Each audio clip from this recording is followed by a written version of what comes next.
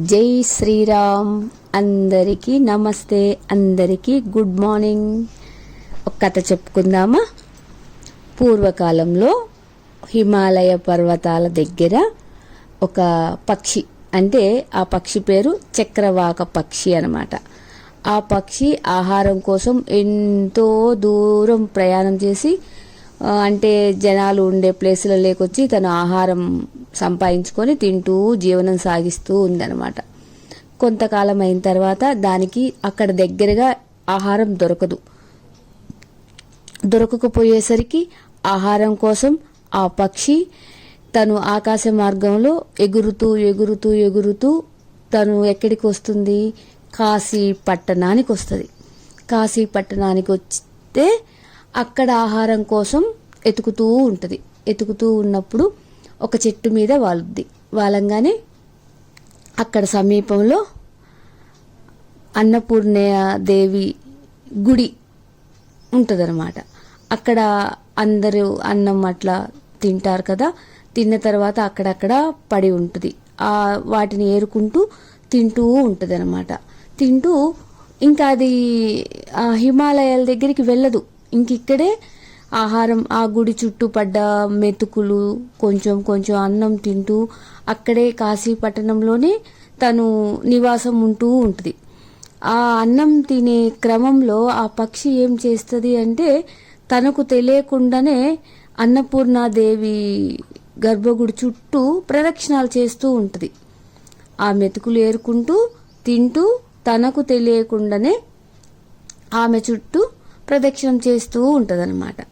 అలా చేస్తూ అలా తింటూ తన జీవనం సాగిస్తూ ఉంటుంది. కొన్ని సంవత్సరాల తర్వాత ఆ పక్షి భగవంతుడి పాదాల దగ్గరికి వెళ్ళిపోద్ది.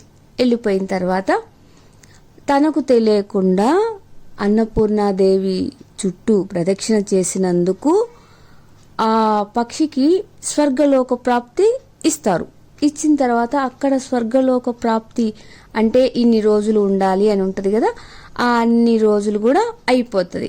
అయిపోయిన తర్వాత మళ్ళీ ఇంకా పుణ్యం మిగిలి ఉంటుంది అన్నమాట. అప్పుడు అంటే మళ్ళీ జన్మ తీసుకోవాలి.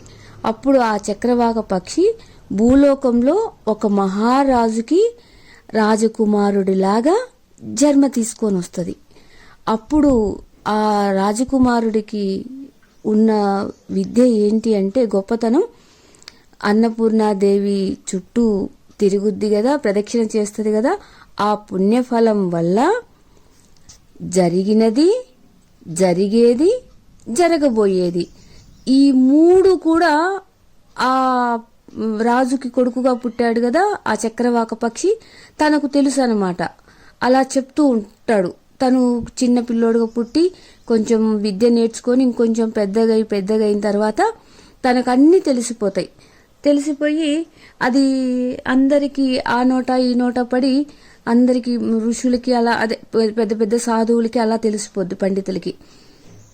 తెలిసిపోయిన తర్వాత అంటే రాజకుమారుడుగా అతను ఏ విద్యలు అభ్యసించలేదు. అంటే దానికి సంబంధించి జరిగింది, జరగబోయేది, జరుగుతున్నది, దీనికి సంబంధించిన విద్యలు ఏమీ అభ్యసించకుండా ఇతనికి ఎలా వచ్చింది ఇంత శక్తి అని చెప్పేసి వాళ్ళందరూ మాట్లాడుకుంటారు, పండితులు, సాధువులు వీళ్ళంతా. అప్పుడు అనుకుంటారనమాట, మనం వెళ్ళి ఆ రాజకుమారుడిని కలిసి అడుగుదాము, తను ఎలా సంపాదించుకున్నాడు అని చెప్పేసి అనుకుంటారు.